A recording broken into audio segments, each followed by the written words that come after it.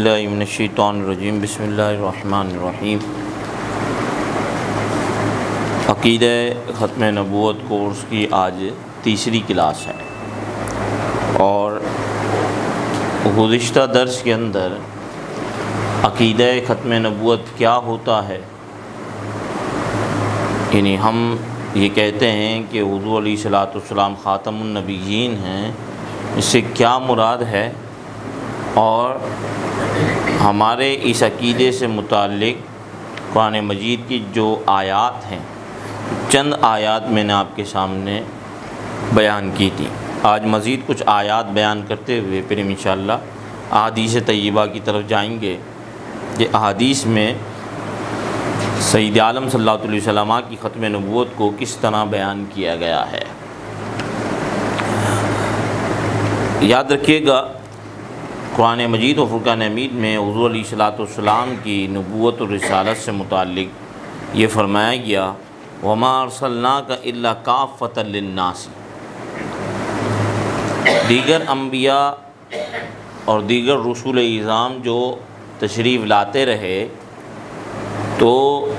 وہ کسی خاص قوم کی طرف آتے تھے، اسی لیے وہ یہ کہتے تھے یا قومی، اے میری قوم۔ جب انہیں بھیجا جاتا تو وہ کیا آگے کہتے، یا قومی، اے میری قوم، اور پھر وہ کہتے کہ مجھے تمہاری طرف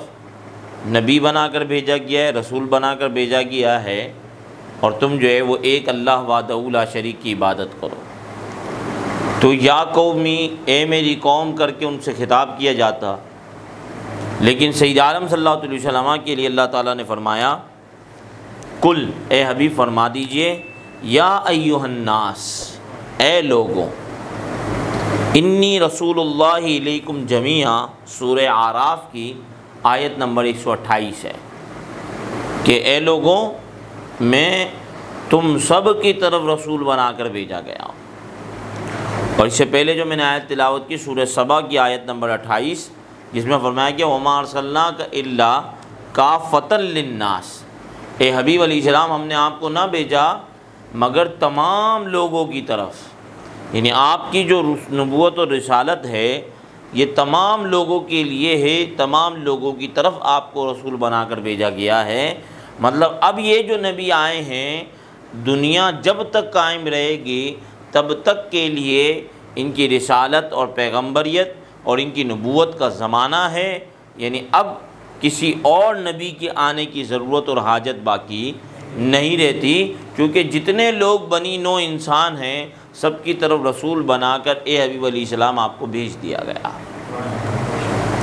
یہ کہ دیگر انبیاء کی نبوت جو ہے وہ کسی خاص زمانے کے لیے، کسی خاص وقت کے لیے اور کسی خاص قوم کی طرف تھی۔ سید عالم صلی اللہ علیہ وسلم جب تشریف لے آئے، اب سارے لوگوں کے لیے قیامت تک جو آئیں گے سب کے لیے حضور علیہ السلام نبی، اس لیے فرمایا انی رسول اللہ علیکم جمیعا، میں تم سب کی طرف رسول بنا کر بھیجا گیا ہوں، اور فرمایا وما ارسلناک الا کافۃ للناس، ہم نے آپ کو نہ بھیجا مگر تمام لوگوں کی طرف، یعنی جتنے لوگ ہیں چاہے وہ ابھی ہوں چاہے بعد میں آئیں، سب کی طرف اے حبیب علیہ السلام آپ کو ہم نے رسول بنا کر بھیجا ہے۔ اچھا، اسی طریقے سے میں نے آپ کو بتایا تھا کہ قرآن مجید میں جو وحی کا یا اللہ تعالیٰ کی کتاب کے نزول کا جو ذکر ہے، وہاں یہ فرمایا گیا کہ ایمان والے ایمان کس پہ لاتے ہیں، اے حبیب علیہ السلام جو آپ پر اتارا گیا،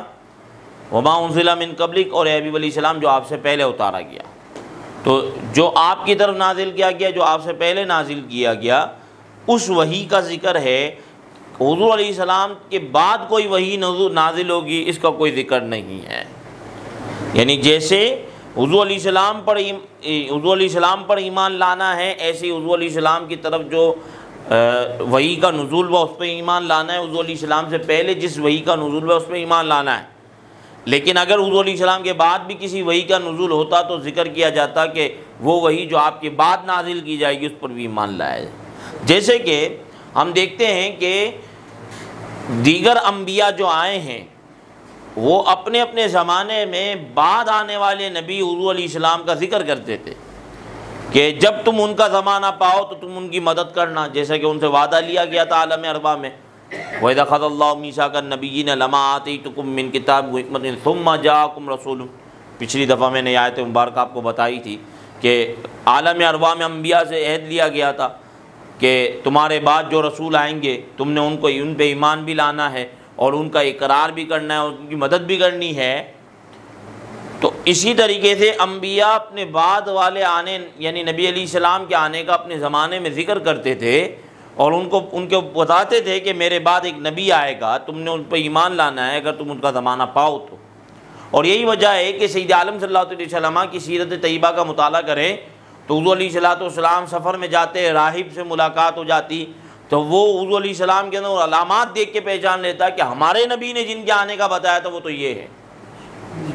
ہمارے نبی نے جن کے آنے کا بتایا تھا وہ تو یہ ہیں۔ جیسے کہ جناب ابو طالب کو یہودی راہب نے جو ہے وہ سفر کے دوران کہا تھا کہ انہیں واپس بھیج دو، کیونکہ اگر یہودیوں نے انہیں دیکھ لیا تو انہیں جو ہے نا وہ نہیں چھوڑیں گے، کیونکہ وہ حسد کی آنکھ میں جلیں گے کہ بنی اسرائیل سے نبی کیوں نہیں آیا، بنی اسماعیل سے کیوں آ گیا نبی، جبکہ وہ علامات جو ہمارے انبیاء نے بتائی ہیں وہ ان میں پائی جاتی ہیں۔ بات سمجھ آ رہی ہے نہیں آ رہی؟ کہ ایک نبی کے آنے کا جو ذکر ہمارے انبیاء نے کیا ہے وہ علامات ان میں پائی جا رہی ہیں۔ تو کہنے کا مطلب یہ ہے کہ دیگر انبیاء جتنے تھے وہ حضور علیہ السلام کی خبر تھے، یعنی حضور علیہ السلام کے بارے میں بتا رہے تھے، صحیح ہے؟ جتنے انبیاء تھے وہ سب حضور علیہ السلام کے بارے میں خبر دے رہے تھے۔ بات سمجھ آئی؟ لیکن حضور علیہ السلام نے اپنے بعد کسی نبی کے آنے کی خبر دی نہیں تھی، فرمایا مجھ پر نبوت کا دروازہ بند کر دیا، لا نبی بعدی، میرے بعد کوئی نبی نہیں۔ تو اب اس بات کو سمجھیں کہ قرآن مجید اور فرقان حمید میں جس طرح وحی کے نزول کا ذکر ہے کہ پہلے والی وحی اور آپ پر جو نازل کی گئی وہ وحی، بعد میں کسی وحی کے آنے کا ذکر نہیں ہے، اسی کو دوسرے انداز میں قرآن مجید میں یوں بھی فرمایا گیا قُلْ مَنْ كَانَ عَدُوًّا لِجِبْرِيلَ فَإِنَّهُ نَزَّلَهُ عَلَىٰ قَلْبِكَ بِإِذْنِ اللَّهِ۔ آپ فرما دیں جو شخص جبریل کا دشمن ہے، یعنی مشرکین مکہ میں جبریل امین کی برائی کرتے تھے بعض مشرکین، تو فرمایا جو ہے وہ جبریل کا دشمن ہے، فَإِنَّهُ نَزَّلَهُ عَلَىٰ قَلْبِكَ، وہ اس لیے دشمن ہے کہ اس نے اے حبیب علیہ السلام آپ کے دل پر اللہ کا حکم اتارا ہے، کہ جبریل امین کے ذریعے پیغام آتا تھا۔ فرمایا مصدقا لما بین یدی، یہ جو حکم آپ پر اللہ کی بارگاہ سے جبریل امین لے کے آئے ہیں یہ کیا کرتا ہے؟ اس کی تصدیق کرتا ہے جو آپ سے پہلے اتارا گیا۔ بین یدی کر کے الفاظ استعمال کیے گئے، جیسے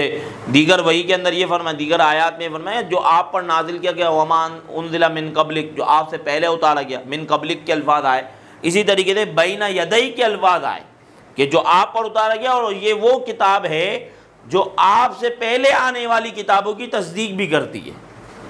یعنی کتاب اللہ پچھلی تمام وحی کی تصدیق کرتی ہے۔ یہی وجہ ہے میں نے آپ کے سامنے یہ بات عرض کی تھی کہ دیگر انبیاء کی نبوت کی دلیل ہمارے پاس کیا ہے کہ ہمارے نبی نے ہم کو بتایا، ہمارے نبی کی نبوت کی دلیل کتاب اللہ ہے کہ اس جیسا کلام کوئی لا نہیں سکا اور نہ لا سکے گا، لیکن دیگر انبیاء کی جو نبوت ہے اس کی دلیل ہمارے پاس کیا ہے کہ ہمارے نبی علیہ السلام نے بتایا، ہماری کتاب نے ان کی نبوت کی تصدیق کی ہے، ان کے اوپر آنے والی وحی کی تصدیق کی ہے، ان کی رسالت کی توثیق کی ہے، تائید کی ہے، تو ہماری کتاب نے ہمیں بتایا ہے کہ پہلے بھی انبیاء آئے ہیں۔ بات سمجھ آئی کہ نہیں آئی؟ تو یہ فرمایا گیا مصدقا لما بین یدی کہ کتاب اللہ تصدیق کرتی ہے ان کتابوں کی جو آپ سے پہلے اتاری گئی ہیں، جو آپ سے پہلے آئی ہیں۔ اس کو دوسرے انداز میں فرمایا نزل علیک الکتاب بالحق کی،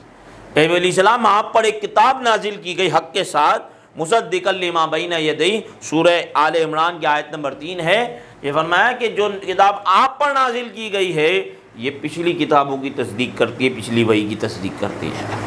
تو اب دیکھیں کہ اگر حضور علیہ السلام کے بعد بھی کسی کتاب نے آنا ہوتا،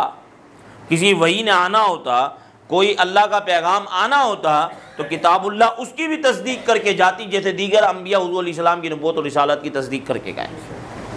بات سمجھ آئی؟ کہ جیسے دیگر انبیاء حضور علیہ السلام کی بارے میں بتا کے گئے کہ ایک نبی آئیں گے، تم ان کا زمانہ پاؤ تو ان کی مدد کرنا، ان پہ ایمان لانا، وہ اپنے زمانوں میں حضور کی خبر دے کے جا رہے ہیں اور آنے کے بارے میں بتا رہے ہیں، تو یہ بات سمجھ آ جانی چاہیے کہ اگر حضور علیہ السلام کے بعد کسی وحی کا آنا ہوتا، کوئی اللہ کا پیغام آنا ہوتا، تو سید عالم صلی اللہ علیہ وسلم نے جہاں اتنی نشانیاں قیامت کی بیان فرمائی، اگر کسی نبی نے آنا ہوتا بیان کر کے جاتے، بلکہ حضور تو منع کر کے گئے کہ میرے بعد کوئی نبی نہیں آئے گا، میرے بعد کوئی نبی نہیں آئے گا، نبوت اور رسالت کا دروازہ مجھ پر بند کر دیا گیا، کسی کو نئی نبوت نہیں ملے گی۔ اور یہاں تک جو ہے وہ ابھی ہم حدیث میں آئیں گے تو آپ کو انشاءاللہ اندازہ ہوگا کہ حضور علیہ السلام نے کس کس انداز میں ختم نبوت کو بیان فرمایا ہے۔ اسی طریقے سے جو میں آپ کے سامنے عرض کر رہا تھا، اسی سے متعلق ایک آیت مبارکہ سورہ صف کے اندر آیت نمبر 6 ہے۔ اب دیکھیں، میں آپ کو بتا رہا تھا کہ دیگر انبیاء حضور علیہ السلام کے بارے میں بتا کے گئے۔ سورہ صف کی آیت نمبر 6، وَإِذْ قَالَ عِیسیٰ ابْنُ مَرْیَمَ، اور جب کہا عیسیٰ بن مریم نے، یا بنی اسرائیل، اے بنی اسرائیل، انی رسول اللہ الیکم، میں تمہاری طرف اللہ کا رسول ہوں۔ حضرت عیسیٰ علیہ السلام نبی بھی ہے، رسول بھی ہیں، اور میں نے آپ کو یہ پہلے درس میں بات بتائی تھی کہ جو رسول ہیں وہ تو نبی ہیں، لیکن ہر نبی رسول نہیں ہے۔ تو انی رسول اللہ علیکم مصدقا لما بین یدی من التوراۃ، عیسیٰ علیہ السلام فرما رہے ہیں کہ میں کیا کرتا ہوں، میں تمہارے پاس اللہ کا رسول ہوں، میں تصدیق کرتا ہوں جو تمہارے پاس تورات ہے۔ تورات کس پہ نازل ہوئی تھی؟ موسیٰ علیہ السلام پہ۔ ہم بعد والے انبیاء پچھلے کی تائید کرتے جا رہے ہیں، لیکن حضور علیہ السلام سے پہلے جو انبیاء آئے ہیں اپنے سے پہلے آنے والی وحی کی صرف تائید نہیں کرتے تھے، صرف تائید بلکہ مبشرم برسول یأتی من بعدی، عیسیٰ علیہ السلام فرما رہے ہیں میں تم کو خوشخبری بھی دیتا ہوں ایک رسول کی جو میرے بعد آئے گا، اسمہ احمد، اس کا نام کیا ہوگا؟ احمد ہوگا، اس کا نام کیا ہوگا؟ ہاں۔ اب دیکھیں حضور علیہ السلام کے بارے میں فرمایا گیا کہ ابی علیہ السلام آپ کا دنیا میں نام محمد ہے اور آسمانوں پہ آپ کا نام احمد ہے، صحیح ہے۔ حضور علیہ السلام خود فرماتے ہیں، میں حدیث پڑھوں گا ابھی، اس میں فرماتے کہ میرا نام جیسے محمد ہے میرا نام احمد بھی ہے۔ اب قرآن پاک کے اندر عیسیٰ علیہ السلام کیا فرما رہے ہیں کہ میں پچھلی جو وحی نازل ہوئی، تورات جو کتاب پیچھے آئی تھی، تصدیق کرتا ہوں، اس کی تائید کرتا ہوں، توثیق کرتا ہوں کہ موسیٰ علیہ السلام پر وہ کتاب نازل ہوئی، اور فرمایا مبشرم برسول یاتی، اور ایک رسول جو آنے والا ہے، جو آئے گا، اس کی کیا کرتا ہوں؟ تم کو بشارت دیتا ہوں۔ جبکہ سید عالم صلی اللہ علیہ وسلم کیا فرما کے گئے؟ انا خاتم النبیین لا نبی بعد۔ عیسیٰ علیہ السلام کیا کر رہے ہیں؟ بعد آنے والے نبی کی خوشخبری سنا رہے ہیں، ان کے بارے میں بتا رہے ہیں کہ میرے بعد نبی آئیں گے، اور حضور علیہ السلام کیا فرما رہے ہیں؟ انا خاتم النبیین لا نبی بعدی، میں نبیوں میں آخری ہوں، جو تعداد نبوت دنیا کے اندر آنی تھی وہ مکمل ہو گئی، لا نبی بعدی، میرے بعد کوئی نبی نہیں ہوگا۔ بات سمجھ آئی کہ نہیں آئی؟ تو یہ عیسیٰ علیہ السلام خوشخبری دے رہے، تو قرآن سے بتلانے کا مقصد یہ ہے کہ پیچھے جو انبیاء تھے وہ رسول اللہ صلی اللہ علیہ وسلم کے آنے کی بشارت دے کے جاتے تھے۔ کس کی بشارت دے کے؟ بعد میں آنے والے رسول کی بشارت دے کے جاتے تھے۔ ابراہیم علیہ السلام نے دعا کی تھی، ابراہیم علیہ السلام نے کہ اے اللہ تو وبعث فیہم رسولا،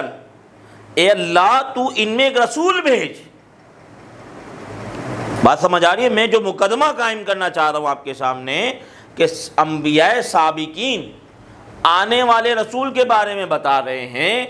اور ابراہیم علیہ السلام تو دعا کر رہے ہیں اللہ تو ان میں رسول بھیج،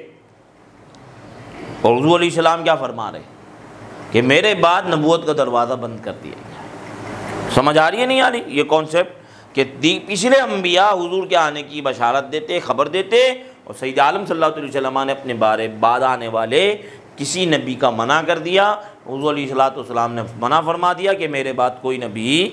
کسی کو نئی نبوت نہیں ملے گی۔ اور عیسیٰ علیہ السلام کے بارے میں پہلے ہی کانسیپٹ آپ کا کلیئر کر چکا کہ ان کو نبوت حضور کے دنیا میں آنے سے پہلے عطا کر دی گئی۔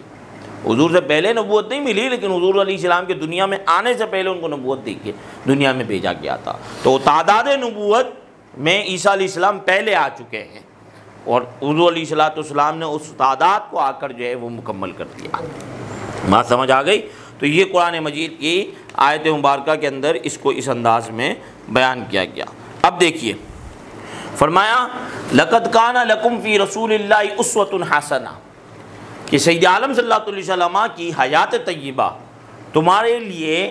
کامل مکمل اکمل نمونہ ہے، یعنی حضور علیہ الصلوۃ والسلام کی ذات اقدس و اطہر ایسی ہے کہ اب وہ تمہارے لیے کامل نمونہ ہے۔ کتاب اللہ کے بارے میں فرمایا ذکر للعالمین، ایک مقام پہ فرمایا کہ قرآن مجید کیا ہے، عالمین کا ذکر ہے، عالمین کے لیے نصیحت ہے، عالمین کے لیے پیغام الہی ہے، صحیح ہے۔ حضور علیہ السلام کے لیے فرمایا گیا کہ یہ رحمت للعالمین ہے، لیکن اب اس بات کو سمجھیے کامل نمونہ کسی کو کہا جائے گا تو وہ اس لیے کہا جائے گا کہ لوگ اس کی پیروی کریں، لوگ کیا کریں، اس کی اتباع کریں، اس کے پیچھے چلیں، اس کی پیروی کریں۔ اگر حضور علیہ السلام کی پیغام الہی کے اندر تکمیل نہ ہوئی ہوتی تو اللہ تبارک و تعالی کسی نبی کو بعد میں بھیجتا، کوئی چیز باقی ہوتی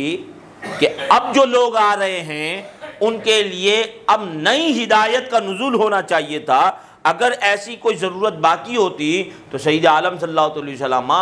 آج کے زمانے کے لیے کامل نمونہ نہ ہوتے۔ کیوں؟ کیونکہ جو ہے وہ آج کے زمانے کے مسائل کے لحاظ سے رہنمائی تعلیمات نبوی میں نہیں مل رہی، لیکن ایسا نہیں ہے۔ سید عالم صلی اللہ علیہ وسلم نے جو کتاب دی ہے ہمیں، کتاب اللہ جو دی ہے وہ ذکر للعالمین ہے، عالمین کا ذکر ہے۔ یہ عالم جب تک قائم ہے اس عالم کے لیے پوری نصیحت کمال طور پہ جو ہے وہ کتاب اللہ میں موجود ہے۔ تو اب جو ہے وہ سید عالم صلی اللہ علیہ وسلم کے بعد کسی نبی کی ضرورت باقی نہیں رہتی، ورنہ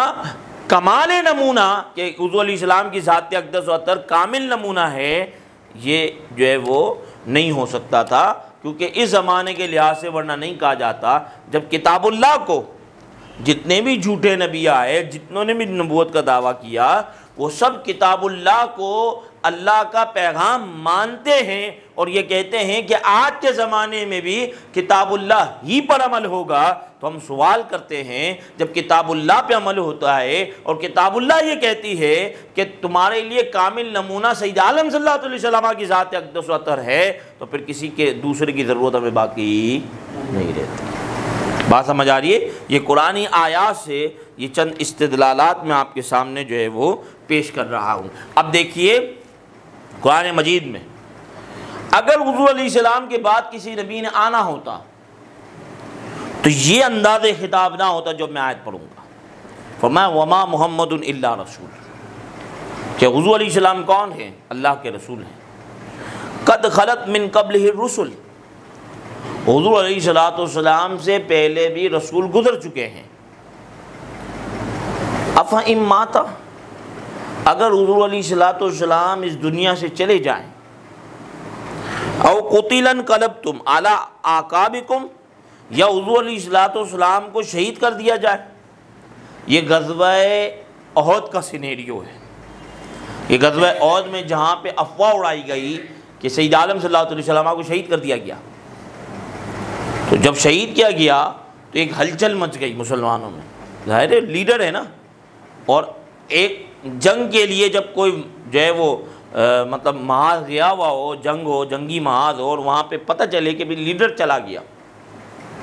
تو ایک خوف آتا ہے کہ اب ہمارا کیا ہوگا، اور وہ ذات اقدس و اطہر ہے، صحابہ کرام علیہم رضوان کی جان ہے، صحیح ہے۔ اب افواہ اڑا دی گئی کہ سید عالم صلی اللہ علیہ وسلم کو شہید کر دیا گیا، تو ایک ہلچل مچ گئی غزوہ احد میں، اور آپ کو معلوم ہے کہ جنگی نقشہ بدل چکا تھا جنگی، اور یہ اس وقت کی بات ہے کہ جب وہ جو مطلب تیر کمان والے تھے جن کو ایک پہاڑ پر کھڑا کیا گیا تھا، اور اس پہاڑ سے وہ جو ہے وہ نیچے اتر آئے تھے، 50 میں سے 40 نیچے آ گئے تھے، 10 اوپر رہ گئے جو بعد میں شہید ہو گئے۔ تو اس کے بعد جو ہر طرف سے کفار کا حملہ شروع ہو گیا تھا، اور سید عالم صلی اللہ علیہ وسلم درمیان میں جلوہ فرماتے، حضرت طلحہ چکر لگا لگا کے حضور علیہ السلام کی طرف آنے والے تیروں کا مقابلہ کر رہے تھے، تو ایک افواہ اڑی اس میں کہ حضور علیہ السلام کو شہید کر دیں گے، اور یہ معقول تھی افواہ اڑنا۔ ایسے حالات جب پیدا ہو جائیں کہ ہر طرف سے لیڈر کو گھیرا گیا ہو تو پھر جو ہے وہ افواہ اڑ جانا معقول ہے کہ اس کو شہید کر دیا گیا۔ تو اب جب ہلچل مچی تو بعد میں اللہ تبارک و تعالیٰ نے یہ بات ارشاد فرمائی، وما محمد الا رسول، محمد صلی اللہ علیہ وسلم اللہ کے رسول ہیں، افئن ماتا، اگر وہ دنیا سے چلے جائیں، او قتلا، یا انہیں جو ہے وہ شہید کر دیا جائے، انقلبتم علی اعقابکم، کیا تم اپنی ایڑیوں پہ پھر جاؤ گے؟ کیا تم دین کو چھوڑ دو گے اگر وہ دنیا سے چلے گئے تو، یا انہیں شہید کر دیا گیا؟ ومن ینقلب علی عقبیہ، اور جو ہے وہ دین سے پھرا، جو اپنے جو ہے وہ ایڑیوں کے بل چلا، یعنی دین سے پیچھے ہٹا، فلن یضر اللہ شیئا، تو فرمایا کہ جو ایسا کرے گا تو وہ اللہ کا ہرگز کچھ نہیں بگاڑے گا۔ وَسَيَجْزِي اللَّهُ الشَّاكِرِينَ، اور ان قریب اللہ تبارک و تعالی ثابت قدم رہنے والوں کو جزا دے گا۔ اب یہاں پہ اس بات کو سمجھیے جو فلسفہ سمجھانا ہے اس آیت سے، یہ سورہ آل عمران کی آیت نمبر 144 ہے 144، کہ فرمایا کہ اگر وہ شہید ہو جائیں یا چلے جائیں تو تم دین سے پھر جاؤ گے، جو تعلیمات وہ لائے ہیں تم اس کو چھوڑ دو گے؟ یعنی یہ جلالانہ کتاب ہے کہ کیا ہو گیا اگر رسول اللہ علیہ الصلوۃ والسلام جو ہے وہ تمہیں اللہ کا پیغام دینے کے بعد دنیا سے چلے گئے تو کیا تم دین سے پھر جاؤ گے؟ اور یہی وہ آیت مبارکہ ہے کہ جب سید عالم صلی اللہ علیہ وسلم کا وصال با کمال ہوا، جب حضور علیہ السلام کا وصال با کمال ہوا اور فاروق اعظم جلال میں کہ کوئی خبردار یہ کہے کہ حضور علیہ السلام دنیا سے چلے گئے ہیں میں اس کی گردن مار دوں گا، تو صدیق اکبر رضی اللہ تعالیٰ عنہ صبر و استقامت کا وہ پہاڑ تھے کہ آپ نے آیت مبارکہ تلاوت کی، وما محمد الا رسول قد خلت من قبلہ الرسل، تو حضور علیہ السلام اللہ کے رسول ہیں اور پہلے بھی رسول آئے ہیں اور جاتے رہے ہیں۔ پھر افئن مات او قتل انقلبتم علی اعقابکم، جب وہ چلے گئے دنیا سے، ظاہری پردہ فرما لیا انہوں نے، یا جو ہے وہ ان کو شہید کر دیا گیا، تو کیا تم اپنے دین سے پھر جاؤ گے؟ یہ اس بات کی تائید ہے کہ سید عالم صلی اللہ علیہ وسلم جب آ گئے اور ان کا پیغام آ گیا، اب کوئی نیا پیغام نہیں آئے گا، ڈٹے اسی دین پر رہنا ہے، ڈٹے قائم اور دائم اسی دین پر رہنا ہے، اب کوئی نیا نبی آنے والا بات سمجھ آئی؟ تو یہ مقدمہ میں نے آپ کے سامنے اس آیت سے سمجھانے کی کوشش کی کہ منع کیا گیا کہ حضور علیہ السلام اگر دنیا سے چلے بھی جائیں تو تم نے حضور ہی کے دین پر رہنا ہے۔ حضور کا دین کیا ہے؟ حضور بار بار فرماتے رہے ہیں کہ انا خاتم النبیین لا نبی بعدی، میرے بعد کوئی نبی نہیں آئے گا، تو اسی پر قائم رہنا ہے، اسی بات پر۔ حضور علیہ السلام کے تشریف لے جانے کے بعد اس بات سے پھرنا نہیں ہے۔ یہ قرآن مجید کی آیت مبارکہ کے اندر اس بات کو سمجھایا گیا۔ اچھا، اب ہم ایک اور بات کر کے پھر آگے چلتے ہیں کہ دیکھیں کوئی نبی آئے گا نہیں آئے گا، ہماری امت میں تو کوئی اختلاف ہی نہیں ہے، ہم فرض کر لیتے ہیں، ایک سوال قائم کر لیتے ہیں، کوئی کہے کہ یار مجھے تو شک ہو رہا ہے، قادیانی بھی دلیل دیتے ہیں، تم بھی کہتے ہو کہ نبی نہیں آئے گا، قادیانی بھی تو باتیں کرتے کہ نبی آئے گا، نبوت کا سلسلہ جاری ہے، وہ بھی تو باتیں کرتے ہیں، تو ہم کہتے ہیں کہ چلو قرآن مجید و فرقان حمید سے اس کا حل پوچھ لیتے ہیں۔ فرمایا یا ایھا الذین آمنوا، اے ایمان والو، اطیعوا اللہ و اطیعوا الرسول، اللہ اور اس کے رسول کی کیا کرو؟ پیروی کرو۔ فَإِن تَنَازَعْتُمْ فِي شَيْءٍ، ویسے تو ایمان والوں میں جھگڑے کی بات ہو رہی ہے، چلو بے ایمان سے بھی ہم اس انداز میں گفتگو کر لیتے ہیں، یا کوئی بندہ آ رہا ہے شک میں، بیچارہ مسلمان ہے، قادیانیوں کی 4 دلیلیں سن کے آ گیا ہے اور اس کا دماغ ہل رہا ہے، تو ہم کہتے ہیں کہ اللہ فرماتا ہے اگر تم کسی بات میں جھگڑو، اگر تم کسی بات میں فردوہ الی اللہ ورسول، تو اللہ اور اس کے رسول کی طرف لوٹو۔ ان کنتم تؤمنون باللہ والیوم الآخر، اگر تم اللہ اور آخرت پر ایمان رکھتے ہو تو تم جھگڑے میں فیصلے کے لیے کہاں جاؤ؟ اللہ اور اس کے رسول کی طرف۔ تو تم 4 دلیلیں وہاں سے سن کے آ گئے، 4 باتیں وہاں سے سن کے آ گئے، ایک جھگڑا تمہارے دماغ کے اندر قائم ہو گیا کہ اعلیٰ حضور کے بعد کو نبی آ سکتا ہے یا نہیں آ سکتا، تو آؤ چلتے ہیں حضور ہی کی بارگاہ کی طرف، کسی اور کی طرف نہیں جانا، کسی اور کی طرف، کیونکہ ایمان والوں کو قرآن میں کیا کہا گیا، تم اللہ اور اس کے رسول ہی کی طرف جاؤ۔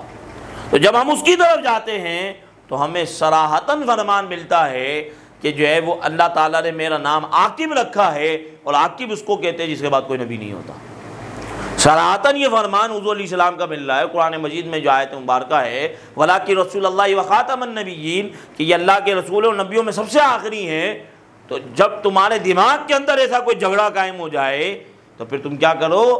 اللہ اور اس کے رسول کی طرف لوٹو، ان ہدایات کی طرف لوٹو، اور ان ہدایات کی طرف لوٹو گے تو تمہیں یہی نتیجہ ملے گا کہ سید عالم صلی اللہ علیہ وسلم کے بعد کوئی نبی نہیں آئے گا۔ اور قرآن مجید کی دوسری آیت میں کیا فرمایا، وَمَا كَانَ لِمُؤْمِنٍ وَلَا مُؤْمِنَةٍ إِذَا قَضَى اللَّهُ وَرَسُولُهُ، یہ آیت مبارکہ سورہ احزاب کی آیت نمبر 36 ہے۔ فرمایا کہ مرد اور یعنی مومن مرد اور مومن عورت کو یہ حق نہیں ہے کہ جب اللہ اور اس کے رسول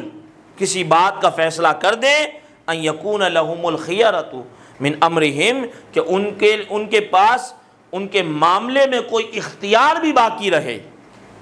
کہ جب اللہ اور اس کے رسول کسی بات کا فیصلہ فرما دیں اب کسی بات کا تمہارے پاس اختیار نہیں۔ فلا وربک، سورۃ النساء آیت نمبر 65 فرمایا فلا وربک لا یؤمنون حتی یحکموک فیما شجر بینہم، فرمایا کہ تمہارے رب کی قسم کوئی ایمان والا مومن نہیں ہو سکتا یہاں تک کہ اے حبیب علیہ السلام ان کے جھگڑے کے مابین، وہ کسی بات میں جھگڑ بیٹھے اور اے حبیب علیہ السلام تم فیصلہ سنا دو، پھر بھی وہ اپنے دل کے اندر ثم لا یجدوا فی انفسہم حرجا مما قضیت، تو ایمان والا مومن اس وقت ہوگا کہ حبیب علیہ السلام جب کسی بات میں فیصلہ فرما دے پھر مومن کے دل کے اندر اس سے جو ہے وہ ٹیڑھا پن نہیں ہونا چاہیے، اس سے پھرنے والا موڈ نہیں ہونا چاہیے۔ جو اللہ اور اس کے رسول نے فیصلہ کر دیا، سید عالم صلی اللہ علیہ وسلم نے فیصلہ سنا دیا، اب حضور علیہ السلام نے کسی بات کا فیصلہ کر دیا تو مومن کے لیے ضروری ہے کہ وہ اس بات کو منوان تسلیم کرے۔ اور یہ آیت کب نازل ہوئی تھی؟ فلا وربک لا یؤمنون حتی یحکموک فیما شجر بینہم، جب ایک منافق نے یہودی کے ساتھ کسی معاملے میں جھگڑا کیا تھا اور سید عالم صلی اللہ علیہ وسلم نے یہودی کے حق میں فیصلہ دے دیا تھا، تو اس منافق نے کہا تھا کہ میں اس فیصلے کو نہیں مانتا اور میں جو ہے وہ فاروق اعظم سے فیصلہ کراؤں گا، تو فاروق اعظم نے اس کا فیصلہ اپنی تلوار سے کیا تھا۔ تو فاروق اعظم نے اس بات کو سمجھا دیا تھا کہ جو حضور علیہ السلام کے فیصلے کو نہ مانے اس کا فیصلہ فاروق اعظم کی تلوار کرتی ہے، تو یہ بات خود واضح کر دیتی ہے کہ حضور علیہ السلام نے جب یہ فرما دیا کہ میرے بعد کوئی نبی نہیں آئے گا تو یہ فیصلہ ہو گیا، یہ فیصلہ ہو گیا۔ اب کوئی اس فیصلے کو نہیں مانتا تو اس کی سزا فاروق اعظم کی تلوار سے ہے، اس کی اور کوئی سزا نہیں ہے، اس کی سزا صرف اتنی ہے کہ فاروق اعظم کی تلوار سے اس کا مقابلہ کیا جائے۔ تو کہنے کا مطلب یہ ہے کہ فرمایا گیا کہ مومن وہ ہے کہ جب حضور علیہ السلام ان کے درمیان کسی جھگڑے میں فیصلہ کر دیں تو پھر وہ اپنے دل کے اندر اس سے حرج نہ پائیں، ان کو تکلیف نہ ہو، بلکہ وہ اس کو منوان تسلیم کر لیں، وَيُسَلِّمُوا تَسْلِيمًا، اور اس کے آگے اپنے سر کو جھکا دیں۔ تو یہ قرآن مجید و فرقان حمید کی چند آیات تھیں جو عقیدہ ختم نبوت سے متعلق میں نے آپ کے سامنے عرض کی۔ اب ہم آتے ہیں احادیث طیبہ کی طرف۔ کوئی نبی نہیں ہے، جیسے بھی ہمیں بتایا گیا کہ عیسیٰ علیہ السلام آئیں گے، میں مہدی آئیں گے، تو ہم نے فرسٹ کلاس کو تو آپ یہ بول سکتے ہیں کوئی نیا نبی نہیں ہے۔ وہ ہم عقیدہ ختم نبوت کے پچھلے درس کے اندر اس عقیدے سے متعلق جو وضاحت دی اس میں اسی فلسفے کو سمجھایا کہ ہم یہ جو کہتے ہیں حضور علیہ السلام کے بعد نبی نہیں آئے گا، اس سے مراد کیا ہے؟ اس سے مراد یہی ہے کہ حضور علیہ السلام کے دنیا میں تشریف لانے کے بعد اب کسی کو نبوت اور رسالت عطا نہیں کی جائے گی، اور عیسیٰ علیہ السلام کو تو پہلے حضور کے دنیا میں تشریف لانے سے پہلے عطا کر دی گئی۔ تو یہ وضاحت عقیدہ ختم نبوت کیا ہے اس مفہوم میں پچھلی کلاس کے اندر رہ گئی۔ اچھا فرض کریں کسی کے ذہن سے کوئی بات اوجل ہو گئی ہے تو یہ سلسلہ شروع ہو گیا ہے یوٹیوب پہ اپلوڈنگ کا، پہلا درس ہمارا یوٹیوب پہ اپلوڈ ہو چکا ہے، تو آپ کو اگر کوئی بات رہ بھی گئی ہو تو وہاں سے آپ سن سکتے ہیں، ٹھیک ہے۔ اب آ جائیں اس بات پر کہ احادیث طیبہ میں سید عالم صلی اللہ علیہ وسلم نے عقیدہ ختم نبوت کو کس انداز میں بیان فرمایا ہے۔ اچھا یہ بخاری شریف کے اندر یہ حدیث پاک موجود ہے اور حدیث نمبر ہے 3534 3534، یہ حدیث کا نمبر ہے 3534۔ حضور علیہ السلام فرماتے ہیں مثلی و مثل الانبیاء من قبلی، میری مثال اور مجھ سے پہلے جو انبیاء گزرے ہیں ان کی مثال کیسی ہے؟ کمثل رجل، اس مرد کی طرح ہے بنا بیتن، جس نے گھر بنایا، فاحسنہ واجملہ، اس نے اس کو بہت شاندار بنایا اور بہت خوبصورت بنایا، اور ایک جگہ فرمایا فاکملہ، اس نے اس کو مکمل کر دیا، الا موضع لبنۃ فی زاویۃ، مگر اس کے ایک زاویے میں، اس کے ایک کنارے میں، ایک حصے میں، فرمایا موضع لبنۃ، ایک اینٹ کی جگہ باقی ہے، فجعل الناس یطوفون، لوگ اس گھر کا چکر لگاتے ہیں، وَيَعْجَبُونَ لَهُ، اور وہ اس کو دیکھ کے تعجب کرتے ہیں، کیسی مطلب شاندار عمارت بنائی ہے اس نے، وَيَقُولُونَ، اور وہ کہتے ہیں دیکھتے ہیں، هَلْ لَا وُضِيَتْ هَذِهِ اللَّبِنَةُ، اس اینٹ کو کیوں نہیں رکھا گیا، مطلب ایسی شاندار عمارت بنی ہوئی ہے اور ایک اینٹ کو چھوڑ دیا، ایک اینٹ کو، تو وہ چکر لگانے کے بعد کہتے ہیں کیسی شاندار عمارت ہے، لیکن یہ سمجھ نہیں آئی کہ یہ کیوں چھوڑ دیا، تو حضور علیہ السلام فرماتے ہیں انا اللبنہ، میں وہ اینٹ ہوں، میں وہ سنہری اینٹ ہوں، وانا خاتم النبیین، اور میں نبیوں میں سب سے آخری ہوں، یعنی وہ جو عمارت ہے، وہ قصر جو ہے، وہ محل جو بنایا ہے، وہ انبیاء ہے، اس کے اندر انبیاء سارے جمع ہیں، اور اس میں ایک اینٹ کی جگہ خالی ہے۔ سمجھانے کے لیے مثال دی کہ عمارت سے تشبیہ دے کے کہ سارے انبیاء تشریف لیے آئے اور ایک جگہ خالی ہے، اور لوگ طواف کر رہے تھے اور کہہ رہے تھے کہ کیسی شاندار عمارت ہے لیکن ایک جگہ خالی ہے، تو حضور فرماتے ہیں کہ میں وہ اینٹ ہوں، میں وہ سنہری اینٹ ہوں، اور میں خاتم النبیین ہوں، مطلب وہ قصر نبوت میں جو ایک اینٹ کی جگہ خالی تھی، سید عالم صلی اللہ علیہ وسلم تشریف لا کے اس عمارت کو، اس محل کو، اس قصر نبوت کو آپ نے مکمل کر دیا، اب اس میں ایک اینٹ کی بھی جگہ باقی۔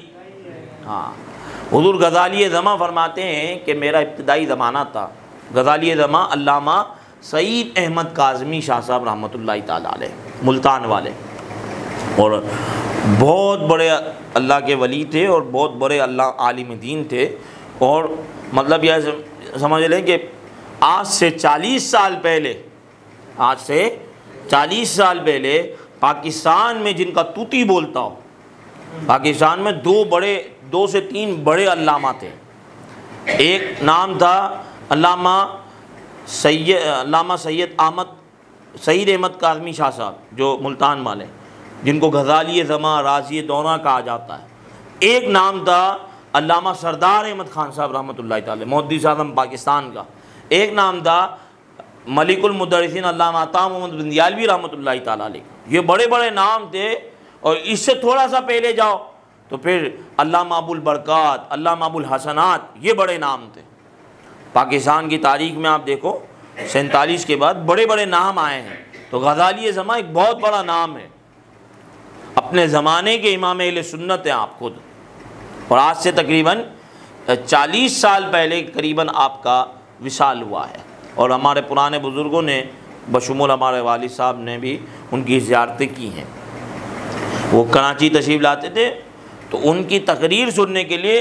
علماء کا مجمع ہوتا تھا، عوام تو عوام، علماء تقریر سننے کے لیے کہاں بیٹھے ہوتے تھے؟ نیچے دری پہ علماء بیٹھے ہوتے تھے۔ آپ اس سے اندازہ لگائیں کہ کتنی بڑی علمی ہستی ہوگی کہ جس کا بیان سننے کے لیے پنڈال میں بیٹھنے والے علماء تھے، اس سے اندازہ لگائیں۔ ایک تو ہوتا ہے نا پنڈال میں عوام بیٹھی ہے، علماء اسٹیج پہ بیٹھے ہیں، یہ نہیں، پنڈال میں بیٹھنے والے علماء تھے، اتنے بڑے علامہ تھے، علامہ سعید احمد کاظمی رحمۃ اللہ تعالیٰ علیہ، اور ہمارے پیر و مرشد حضرت علامہ سید شاہ تراب الحق قادری رحمۃ اللہ تعالیٰ علیہ، اور آپ کے استاد اور آپ کے مربی علامہ قاری محمد مصلح الدین صدیقی رحمۃ اللہ تعالیٰ علیہ کا معمول تھا کہ جب غزالی زماں کراچی تشریف لاتے تو جمعے کا خطاب اور جمعے کی نماز کھوڑی گارڈن مسجد کے اندر غزالی زماں پڑھاتے تھے۔ آپ لوگ خطاب نہیں کرتے تھے، آپ سنتے تھے خطاب،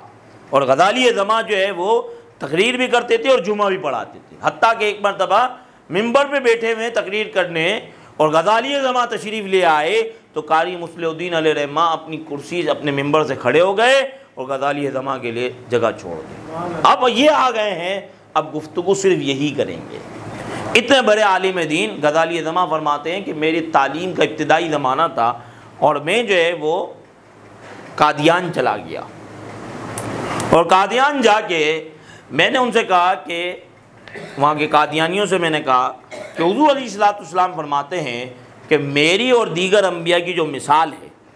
وہ اس عمارت کی سی ہے جس کو ایک شخص نے بنایا، اور بڑی شاندار اور کمال عمارت بنائی، اور حضور فرماتے کہ اس میں ایک اینٹ کی جگہ خالی تھی،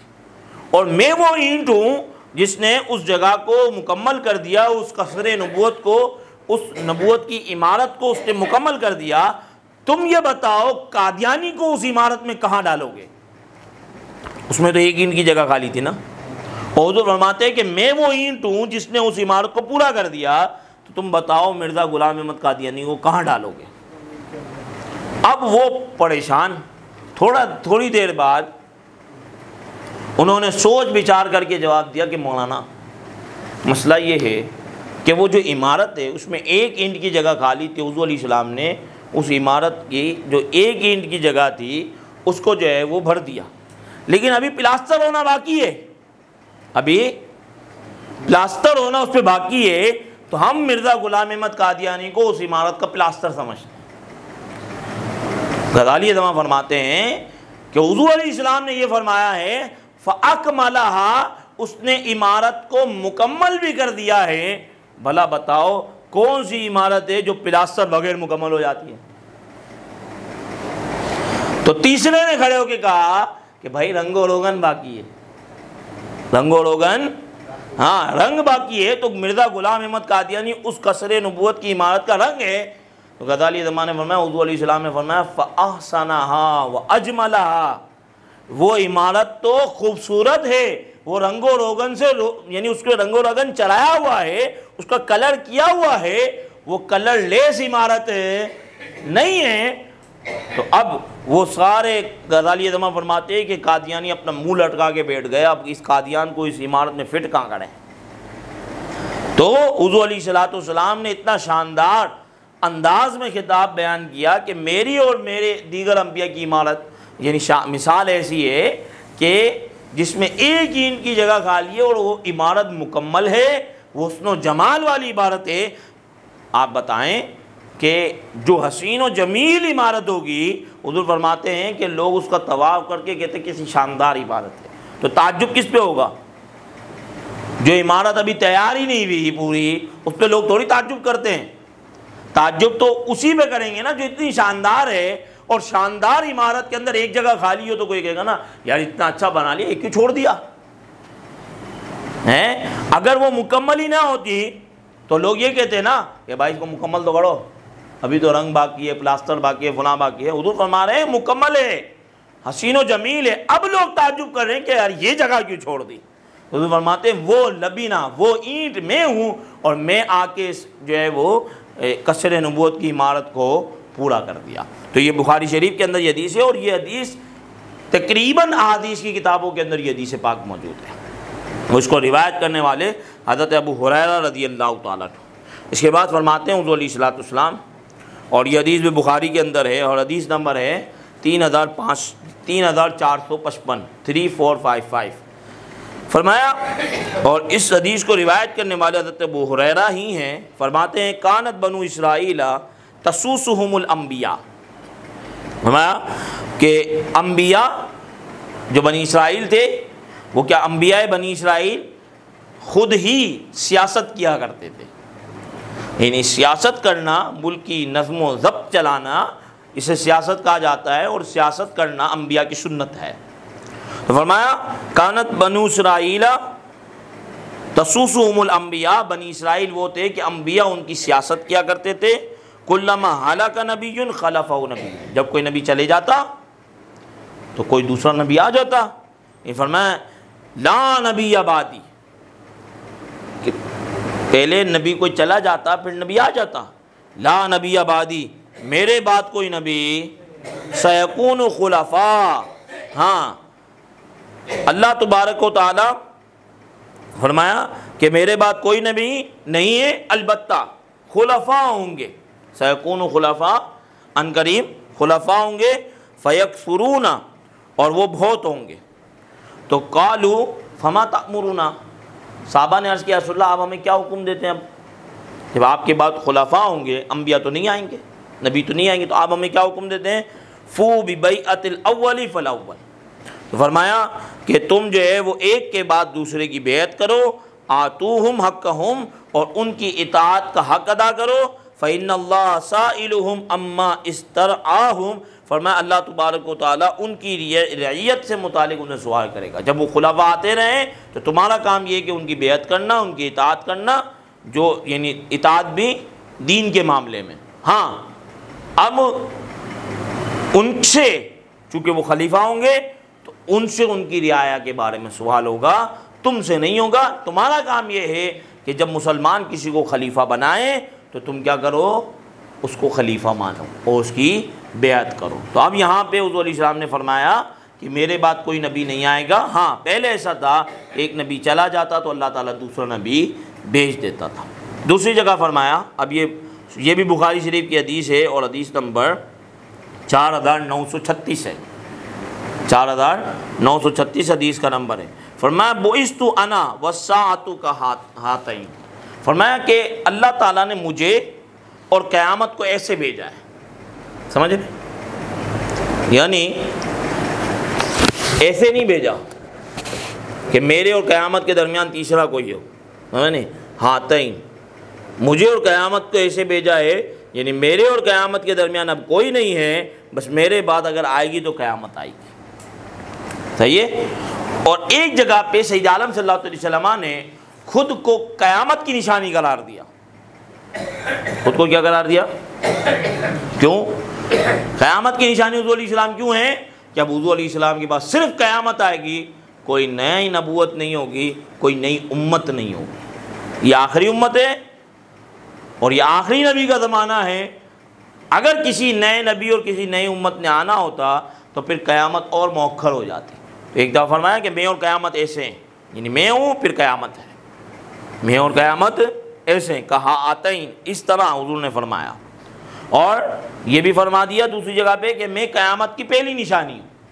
کہ میں آ گیا اب صرف قیامت آنی، میں آ گیا اب صرف۔ اور فرمایا کہ سنن ابن ماجہ شریف کے اندر یہ حدیث پاک ہے اور حدیث نمبر 4077 ہے، یعنی 4077 ہے۔ فرمایا انا آخر الانبیاء وانتم آخر الامم، میں نبیوں میں آخری ہوں اور تم آخری امت ہو۔ بات سمجھ آ رہی ہے؟ اسی طریقے سے فرمایا، یہ صحیح مسلم کے اندر حدیث پاک ہے 1982 نمبر اس کا حدیث کا نمبر ہے۔ فرمایا نحن الآخرون من اہل الدنیا، دنیا والوں میں ہم سب سے آخری ہیں، یعنی حضور علیہ السلام اپنی امت کے لیے فرما رہے ہیں کہ دنیا والوں میں ہماری امت سب سے آخری ہے، وَأَوَّلُونَ يَوْمَ الْقِيَامَةِ، اور قیامت والے دن سب سے پہلی امت ہوگی۔ حساب کتاب سب سے پہلے ہم سے ہونا ہے، آنے کے لحاظ سے آخری ہیں اور قیامت کے اندر سب سے پہلے ہوں گے۔ فرمایا المقدی لہم قبل الخلائق، فرمایا کہ ہم سے قیامت والے دن سب سے پہلے ہمارے بارے میں فیصلہ کیا جائے گا، دیگر امتوں کا فیصلہ بعد میں ہوگا۔ تو دنیا میں آنے کے لحاظ سے ہم آخری ہیں، یہ آخری امت ہے، اور قیامت والے دن سب سے پہلے امت محمدیہ کا فیصلہ ہوگا اس کے بعد جو ہے وہ دیگر امتوں اور دیگر خلائق کے بارے میں فیصلہ کیا جائے گا۔ تو اب یہاں پہ بھی آخر میں دنیا میں آنے کے لحاظ سے آخری ہیں، یعنی یہ آخری نبی کا زمانہ ہے، اس کے بعد اب کوئی نبی نہیں آئے گا، ورنہ جو ہے وہ یہ نہیں کہا جاتا کہ ہم امت کے لحاظ سے بطور امت کے آخری امت ہیں۔ یہ بطور امت کے آخری امت اس لیے کہ ہمارے نبی آخری نبی ہیں، آخری نبی کے ماننے والے آخری امت کہلائیں گے۔ فرمایا علامہ طبرانی نے معجم کبیر کے اندر اس حدیث کو نقل کیا ہے، فرمایا لا نبی بعدی ولا امت بعد امتی، کہ میرے بعد کوئی نبی نہیں اور کوئی امت میری امت کے بعد نہیں ہے، یہ آخری امت آ گئی، اب اس کے بعد کوئی امت نہیں آئے گی۔ اور فرمایا کہ کنت اول النبیین فی الخلق وآخرہم فی البعث، حضور فرماتے اپنے بارے میں کہ میں نبیوں میں سب سے پہلے ہوں اور دنیا میں بھیجے جانے کے لحاظ سے سب سے آخری، اور یہ فلسفہ میں نے پہلی کلاس میں آپ کو سمجھایا تھا کہ حضور اول بھی ہیں آخر بھی ہیں، فتح باب نبوت پہ بے حد درود، ختم دور رسالت پہ لاکھوں سلام، کہ حضور اول نبی بھی ہیں آخر نبی بھی ہیں۔ کیسے ہیں کہ سب سے پہلے تاج نبوت حضور علیہ السلام کے سر اکناس پہ سجایا گیا ہے، حضور علیہ السلام کے سر اقدس پہ تاج نبوت کو سجایا گیا، تو اول اعطائے نبوت عطائے نبوت کے حوالے سے حضور علیہ السلام اول الانبیاء ہیں، نبوت کے دروازے کو کھولنے والے ہیں، اور دنیا میں تشریف لانے کے لحاظ سے سید عالم صلی اللہ علیہ وسلم خاتم النبیین ہیں، آخری نبی ہیں، حضور کے بعد دنیا میں کوئی نبی نہیں آئے گا۔ اس لیے فرمایا کہ میں نبیوں میں خلق کے اعتبار سے پیدا کرنے کے لحاظ سے سب سے پہلے نبی میں ہوں، اور دنیا میں بھیجے جانے کے لحاظ سے سب سے آخری نبی میں ہوں۔ مسند فردوس کے اندر یہ حدیث پاک موجود ہے جو آپ کے سامنے بیان کی۔ اس کے بعد فرمایا، اور یہ حدیث پاک جو ہے وہ ابن ماجہ کے اندر ہے اور حدیث نمبر 1511 ہے۔ اب اس حدیث پاک کے اندر اس بات کو بیان کیا جا رہا ہے جو پچھلے درس کے اندر بھی میں نے آپ کے سامنے ایک بات عرض کی تھی، وہ یہ کہ حضور علیہ السلام کے ایک صاحبزادے تھے جو حضرت ماریہ قبطیہ سے پیدا ہوئے تھے، حضرت ماریہ قبطیہ، یہ حضور علیہ السلام کی کنیزہ ہیں، اور ان کنیزہ سے حضرت ابراہیم پیدا ہوئے تھے، حضور علیہ السلام کے بیٹے ہیں۔ لیکن حضور علیہ السلام کے بیٹے حضرت ابراہیم کا بچپن میں ہی انتقال ہو گیا، بچپن میں ہی انتقال ہو گیا، اور یہ جو بچپن میں انتقال ہوا ہے اس میں بھی ایک بات یہ تھی کہ حضرت جبریل امین آئے تھے، اور آنے کے بعد ایک طرف حضرت ابراہیم تھے، ایک طرف حضرت امام حسین تھے، حضور علیہ السلام کو اختیار دیا گیا کہ آپ ان دونوں میں سے کسی کو منتخب کر لیں، تو حضور علیہ السلام نے حضرت ابراہیم کا انتخاب کیا کہ یہ اللہ کی بارگاہ میں بھیج دیے جائیں، تاکہ اگر امام حسین کو بھیجا جائے گا تو میری بیٹی کو رنج ہوگا، میری بیٹی کو تکلیف ہوگی، تو حضور علیہ السلام نے حضرت ابراہیم کا انتخاب کیا، اور اس میں راز کیا تھا، قرآن مجید کی پچھلے درس میں آیت بتائی، ما کان محمد ابا احد من رجالکم، تم میں سے مردوں کے حضور علیہ السلام کسی کے والد نہیں ہیں، ولیکن رسول اللہ و خاتم النبیین، لیکن یہ اللہ کے رسول ہیں، ان کی تعظیم اور توقیر کی جائے گی، وہ خاتم النبیین، اور ان کے یہاں بیٹا اس لیے نہ رکھا گیا، ان کی ظاہری یعنی بیٹے جو بیٹا تھا ان کا اس کو بڑا کیوں نہ کیا گیا، بچپن میں انتقال اس لیے ہو گیا کہ ان کے سر ناس پہ ختم نبوت کا تاج سجایا گیا ہے، کیونکہ جتنے انبیاء تھے ان کی اولاد نبی ہوتی تھی، اور حضور علیہ السلام کی جو بیٹے تھے ان کو اس لیے زندہ نہ رکھا گیا کہ حضور علیہ السلام کے بعد کسی نبی نے نہیں آنا۔ تو کوئی یہ سمجھے کہ جو ہے وہ نسل منقطع کر دی گئی اور یہ تو معاذ اللہ عیب ہے، تو فرمایا یہ عیب نہیں ہے، بلکہ حضور علیہ السلام کے بیٹے کو اس لیے دنیا میں نہ رکھا گیا کہ پہلے سلسلہ سنت الہیہ یوں چل رہی تھی کہ نبی کے بعد بیٹا نبی ہوتا تھا، اور حضور علیہ السلام کے بعد کسی نبی نے نہیں ہونا تھا، اس لیے حضور علیہ السلام کے بیٹے کو دنیا کے اندر ظاہری نہ رکھا گیا۔ آپ دیکھیں، میں صرف سمجھانے کے لیے مثال دے رہا ہوں، ہمارے یہاں پیر کا بیٹا پیر ہوتا ہے، بادشاہ کا بیٹا بادشاہ ہوتا ہے، بادشاہ کا بیٹا بادشاہ ہوتا ہے، پیر کا بیٹا پیر ہوتا ہے، صحیح ہے۔ کمیٹی کا صدر مر جائے تو اس کا بیٹا جو ہے نا وہ کمیٹی کا صدر بن جاتا ہے۔ یہ حالات چل رہے ہیں کہ نہیں چل رہے ہیں؟ ایسا ہے کہ نہیں ہے نا؟ اب ہو سکتا تھا کہ حضور علیہ السلام کا کوئی بیٹا حیات رہتا اور اس کا انتقال نہ ہوتا تو قوم اس کو نبی بنا دیتی کہ نبی کا بیٹا جو یہ بھی نبی، پیر کا بیٹا پیر، ولی کا بیٹا ولی۔ حالانکہ کوئی وہ نہیں ہے، قاعدہ نہیں ہے یہ کہ ولی کا بیٹا ولی ہوگا۔ ہاں، ولی کے گھر میں شیطان، شیطان کے گھر میں ولی پیدا ہو جاتا ہے۔ اسماعیل دہلوی شیطان تھا لیکن کس کے گھر میں پیدا ہوا؟ شاہ ولی اللہ کے گھرانے میں پیدا ہوا۔ وہ حدیث کا خاندان، وہ سنت کا خاندان، وہ ایسا خاندان کہ جس کی اگر آپ کی سند میں ان کا نام نہ ہو تو آپ کی سند معتبر نہیں، اتنا بڑا خاندان ہے شاہ ولی اللہ کا۔ اس خاندان میں اسماعیل دہلوی پیدا ہو گیا ہیں۔ حضرت امیر معاویہ صحابی ہیں، یزید ان کے گھر میں پیدا ہو گیا ہے کہ نہیں ہے؟ اور یزید کا بیٹا معاویہ وہ صحیح آدمی تھا، وہ صحیح تھا، وہ صالح تھا، وہ نیک آدمی تھا۔ اس نے ممبر پہ بیٹھ کے اپنے باپ کی برائیاں بیان کی کہ میرا باپ ذلیل تھا، میرا باپ رسوا تھا۔ یزید کا بیٹا معاویہ، بات سمجھ آ رہی ہے نہیں آ رہی؟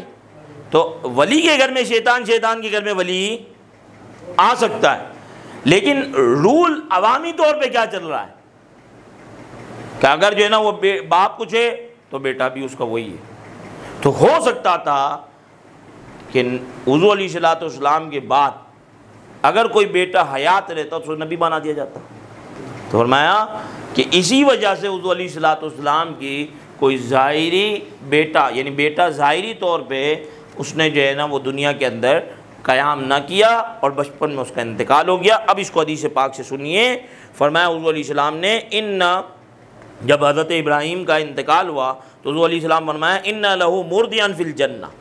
سنن ابن ماجہ کے اندر 1511 نمبر حدیث ہے کہ اسے دودھ پلانے والی جنت میں ہے۔ اس کی رضاعت کہاں ہو رہی ہے؟ جنت میں ہو رہی ہے۔ وَلَوْ عَاشَ، اگر ابراہیم زندہ رہتا لَكَانَ صِدِّيقًا نَبِيًّا، تو وہ ضرور نبی ہوتا۔ اگر وہ زندہ رہتا تو کیا ہوتا؟ ضرور نبی ہوتا۔ اور ایک جگہ فرمایا لَوْ قُضِيَ أَن يَكُونَ بَعْدَ مُحَمَّدٍ نَبِيٌّ، اگر یہ فیصلہ کیا جاتا کہ حضور علیہ السلام کے بعد بھی نبی ہونا ہے لَعَاشَ ابْنُهُ، تو ضرور حضور علیہ السلام کا بیٹا جو ہے وہ زندہ رہتا۔ لَكِنَّ لَا نَبِيَّ بَعْدِي، لیکن حضور علیہ السلام کے بعد لَكِنَّ لَا نَبِيَّ بَعْدَهُ، لیکن حضور علیہ السلام کے بعد کسی نبی نے نہیں ہونا، اس لیے حضور علیہ السلام کا کوئی ظاہری بیٹا بھی دنیا میں نہ رہا۔ غزوہ تبوک کا موقع ہے اور یہ عیسائیت کے خلاف جنگ ہے غزوہ تبوک کی، اور یہ وہی جنگ ہے کہ جب حضرت عثمان غنی نے جو ہے نا وہ اپنے اونٹوں کی قربانی دی تھی کہ میرے اتنے اونٹ، میرے اتنے اونٹ۔ آپ نے روایت سنی ہوگی، بار بار کھڑے ہو کے جو ہے نا وہ فرماتے تھے کہ میرے اتنے اونٹ ہیں، میرے اتنے اونٹ ہیں، بما ساز و سامان۔ تو غزوہ تبوک کے موقع پہ سید عالم صلی اللہ علیہ وسلم جب جا رہے تھے تو اپنا نائب بنایا مولا کائنات علی المرتضیٰ رضی اللہ تعالیٰ عنہ۔ تو مولا علی نے حضور علیہ السلام کی بارگاہ میں عرض کی تخلفنی فی النساء والصبیان، رجل شجاع ہے نا مولا علی، بہادر ہیں، جنگی میدان کے معاملات کو پلٹ دینے والی شخصیت ہے، اور وہ کہہ رہے ہیں یا رسول اللہ آپ مجھے عورتوں اور بچوں پہ چھوڑے جا رہے ہیں، آپ مجھے عورتوں اور بچوں میں چھوڑے جا رہے ہیں۔ تو حضور علیہ السلام نے فرمایا اما ترضی ان تکون منی بمنزلۃ ہارون من موسیٰ، کیا تو اس بات کو پسند نہیں کرتا کہ تیری مثال ایسی ہے جیسے موسیٰ علیہ السلام جب کوہ طور پر تشریف لے گئے تھے تو اپنے پیچھے ہارون علیہ السلام کو چھوڑ کے گئے، تو تیرا مقام اور مرتبہ ایسا ہی ہے کہ میں جا رہا ہوں تو اپنے پیچھے تیرے کو چھوڑے جا رہا ہوں۔ صحیح ہے؟ غیر انہ لا نبی بعدی، لیکن موسیٰ علیہ السلام کے پیچھے ہارون علیہ السلام جو تھے وہ کون تھے؟ نبی تھے، لیکن میرے بعد کوئی نبی، یعنی تیرے کو جو میں پیچھے چھوڑے جا رہا ہوں، تو میں جو پیچھے چھوڑے جا رہا ہوں اس کا یہ مطلب نہیں ہے کہ موسیٰ علیہ السلام کے پیچھے ہارون علیہ السلام نبی تھے تو تم بھی نبی ہوگے، لیکن تم نبی نہیں ہو۔ تو میں نے آپ کو بتایا نا کہ یہ وہم تھا کلام کے اندر کہ بھائی ہارون علیہ السلام کے پیچھے تو موسیٰ علیہ السلام کے پیچھے تو ہارون علیہ السلام نبی تھے، فرمایا غیر انہ لا نبی بعدی، ایک جگہ فرمایا لیکن انہ لا نبی بعدی، کہ لیکن میرے بعد کوئی نبی نہیں ہے۔ تو یہ کوئی نہ سمجھے کہ ہارون علیہ السلام جو نبی تھے وہ موسیٰ علیہ السلام کے پیچھے نائب بن کے رہے تو مولا علی بھی پیچھے نائب ہیں تو وہ بھی نبی ہیں، تو فرمایا ایسا نہیں، تو اس بات کو حضور علیہ السلام نے خود دور کیا۔ اور ایک جگہ فرمایا لو کان بعدی نبی لکان عمر بن الخطاب، اگر میرے بعد کوئی نبی ہوتا تو عمر بن خطاب ہوتا۔ تو یہ اس بات کو بتایا گیا کہ میرے بعد کوئی نبی نہیں ہے، ورنہ اتنے بڑے بڑے لوگ اللہ کے نبی ہوتے۔ یعنی حضور علیہ السلام ان کی کوالٹی، ان کی خوبیوں کو دیکھ کے فرما رہے ہیں کہ اگر میرے بعد کوئی نبی ہوتا تو عمر بن خطاب ہوتا، لیکن میرے بعد کوئی نبی، تو فاروق اعظم جیسا جو اتنی بڑی اسلامی سلطنت پر حکومت کرنے کے باوجود نبی نہ ہوا، تو 1400 سال بعد پیدا ہونے والا جو بیچارہ قادیان سے باہر نہ نکلتا تھا، وہ کیسے نبی ہو؟ جو ڈرپوک ہو، حج پہ اس لیے نہیں جا رہا کہ لوگ مار دیں گے اس کو، تو وہ نبی کیسے ہوگا؟ بات سمجھ آئی کہ نہیں ہے؟ یہ اب حضور علیہ السلام فرماتے ہیں ذہبت النبوۃ و بقیت المبشرات، یہ سنن ابن ماجہ کے اندر حدیث نمبر 3896 3896، اور فرمایا ذہبت النبوۃ، نبوت چلی گئی، نبوت کا دروازہ بند ہو گیا، و بقیت المبشرات، ہاں اب خواب رہ گئے، اب اچھے خوابوں کی تعبیر ہو سکتی ہے، وہی اور اللہ کی بارگاہ سے پیغام آنے کا سلسلہ ختم ہو گیا، وہی اب کوئی نہیں آئے گی، ہاں مبشرات ہیں، اچھے خواب آتے رہیں گے، صحیح ہے۔ اور ایک جگہ فرمایا، یہ حدیث پاک جو ہے وہ صحیح مسلم کے اندر ہے، 3376 نمبر حدیث ہے، 3376 حدیث نمبر ہے، فرمایا فَإِنِّي آخِرُ الْأَنْبِيَاءِ، میں کیا ہوں؟ انبیاء میں آخری ہوں، وَإِنَّ مَسْجِدِي آخِرُ الْمَسَاجِدِ، اور میری مسجد آخر مساجد ہے۔ مطلب یہ ہے کہ کسی نبی کی اب کوئی مسجد اس دنیا میں بنے گی تو وہ یہ مسجد نبوی ہے، اس کے بعد اب کسی نبی کی کوئی مسجد نہیں ہوگی۔ بات سمجھیں، آخری مسجد کا یہ مطلب نہیں کہ مسجد اب دنیا میں بنے گی، کسی نبی کی کوئی مسجد نہیں ہوگی۔ مسجد مطلب یہ ہے کہ کسی نبی نے اس میں نماز پڑھائی ہو، کسی نبی نے اس کے اندر جو ہے نا وہ قیام کیا ہو، کسی نبی نے اس کے اندر جو ہے نا لوگوں کو تبلیغ دی ہو، تو یہ مسجد نبوی کے بعد اب کسی اور مسجد کے بارے میں آپ نہیں کہہ سکتے ہو کہ یہ مسجد نبوی ہے، کسی نبی کی مسجد ہو، نبی سے منسوب ہو۔ اب حضور علیہ السلام کے بعد کوئی ایسا شخص آئے گا ہی نہیں جو نبی ہو، تو جب وہ نبی نہیں ہوگا تو وہ کسی کی کوئی مسجد بھی اس کی نہیں بنے گی۔ اور عیسیٰ علیہ السلام جو تشریف لائیں گے تو خود جو ہے وہ حضور علیہ السلام کے پہلو میں آرام فرمائیں گے، ان کا انتقال تو مدینہ شریف میں ہوگا، وہ تو خود حضور علیہ السلام کے پہلو میں آرام فرمائیں گے، تو اسی لیے فرمایا گیا کہ میری مسجد یہ آخر مساجد سے ہے۔ اور آخری حدیث پاک آپ کے سامنے پڑھوں گا کہ فرمایا گیا، حضور علیہ السلام فرماتے ہیں، اور یہ حدیث پاک صحیح مسلم میں 1167 1167 نمبر حدیث ہے، اور یہ بھی کتاب المساجد باب المساجد مسلم شریف کے اندر حدیث موجود ہے۔ فرمایا گیا کہ فضلت علی الانبیاء، فضلت علی الانبیاء، مجھے انبیاء پر فضیلت دی گئی بستن، 6 چیزوں کے ساتھ۔ کہ حضور علیہ السلام اپنے خصائص بیان فرما رہے ہیں کہ مجھ میں 6 چیزیں زیادہ ہیں۔ فرمایا اوتیت جوامع الکلم، مجھے جوامع الکلم دیے گئے، یعنی مجھے ایسی باتیں دی گئیں کہ میں تھوڑے الفاظ کہتا ہوں اس کے اندر مضمون بہت بڑا بڑا ہوتا ہے، چھوٹی چھوٹی باتیں کہتا ہوں لیکن اس کے اندر بہت بڑے بڑے معنی سما جاتے ہیں۔ جیسے حضور فرماتے ہیں المسلم من سلم المسلمون من لسانہ و یدہ، مسلمان وہ ہے جس کے ہاتھ اور زبان سے دوسرا مسلمان محفوظ ہے، اس کے اندر آ گئے۔ حضور فرماتے ہیں کہ جو مجھے 2 چیزوں کی ضمانت دے میں اسے جنت کی ضمانت دیتا ہوں، ایک یہ کہ جو یعنی ایک زبان ہے جو 2 جبڑوں کے درمیان ہے، اور فرمایا دوسری وہ جو 2 ٹانگوں کے درمیان، جو ان 2 چیزوں کی ضمانت دے دے کہ ان کا ناجائز کام استعمال نہیں کرے گا، ناجائز کام ان سے ذریعے نہیں کرے گا، میں اسے جنت کی ضمانت دیتا ہوں۔ اب آپ دیکھو کہ برائیوں کی جڑ یا تو زبان ہے یا وہ چیز ہے جو 2 ٹانگوں کے درمیان ہے۔ بات سمجھ، انہوں نے کتنے آسان مفہوم کے اندر سمجھا دیا کہ ساری برائیوں کی یہ 2 چیزیں جڑ ہیں، جو ان 2 چیزوں پہ قابو پا لے میں اسے جنت کی ضمانت دیتا ہوں۔ صحیح، تو یہ فرمایا گیا مجھے جوامع الکلم دیے گئے کہ چھوٹی چھوٹی باتیں میں کہتا ہوں لیکن اللہ نے اس کے اندر بڑا بڑا مفہوم رکھا ہوا ہے، بڑی بڑی باتیں اس کے اندر رکھی ہوئی۔ وَمَا نُصِرْتُ بِالرُّعْبِ، اور مجھے رعب کے ذریعے مدد دی گئی کہ ایک مسلمانوں کی داغ جو ہے وہ دنیا کے اندر بٹھا دی گئی۔ آج بھی مسلمانوں سے ہی ساری دنیا ڈرتی ہے نا۔ خوف اگر کسی قوم سے تو مسلمان ہے، اگر یہ کھڑی ہو جائے گی تو پھر نہیں چھوڑے گی ہم۔ اگر کسی قوم سے خوف ہے تو مسلمان ہی ہے نا۔ پوری دنیا کے اندر دیکھو کون سی قوم پس رہی ہے؟ مسلمان۔ اس کے علاوہ آپ کو کوئی قوم زیادہ تر پستی بھی نظر آ رہی ہے؟ نہیں آ رہی۔ بات سمجھ آئی؟ تو جس قوم کو سب سے زیادہ پیسا جا رہا ہے وہ مسلمان ہے۔ فرمایا احلت لی الغنائم، میرے لیے مال غنیمت کو حلال کیا گیا۔ پچھلی امتوں میں نہیں تھا حلال، یعنی جنگ ہوتی تھی تو مال غنیمت جو ہے نا وہ امت کے لیے حلال نہیں تھا، لیکن فرمایا گیا میری امت کے لیے غنائم کو کیا کر دیا گیا؟ حلال کر دیا گیا۔ وَجُعِلَتْ لِيَ الْأَرْضُ طَهُورًا، اور اللہ نے میرے لیے زمین کو پاک بنا دیا، یعنی پانی سے بھی پاکی حاصل کر سکتے ہو، اور پانی نہیں ہے فَلَمْ تَجِدُوا مَاءً فَتَيَمَّمُوا صَعِيدًا طَيِّبًا، اگر تم پانی نہ پاؤ تو پاک مٹی سے تم کیا کر لو؟ تیمم کر لو۔ فرمایا وَأُرْسِلْتُ إِلَى الْخَلْقِ كَافَّةً، اور پچھلے انبیاء جتنے آتے رہے وہ کسی خاص قوم کی طرف آتے رہے، مجھے تمام مخلوق کی طرف رسول بنایا گیا۔ وَخُتِمَ بِيَ النَّبِيُّونَ، اور ختم نبوت کا جو تاج ہے یہ بھی میرے ہی سر سجایا گیا ہے، مجھے نبیوں میں سب سے آخری بنایا گیا ہے۔ تو اب آپ دیکھیں کہ ان حدیث کے اندر حضور علیہ الصلوۃ نے کتنی کثرت سے ختم نبوت کا ذکر کیا ہے کہ سید عالم صلی اللہ علیہ وسلم کے بعد کوئی نبی نہیں آئے گا۔ تو ہم نے قرآن مجید کی آیات اور احادیث طیبہ سے اس مفہوم کو واضح کیا۔ اب انشاءاللہ ایک حدیث پاک ہے اور اس کے ضمن میں ہم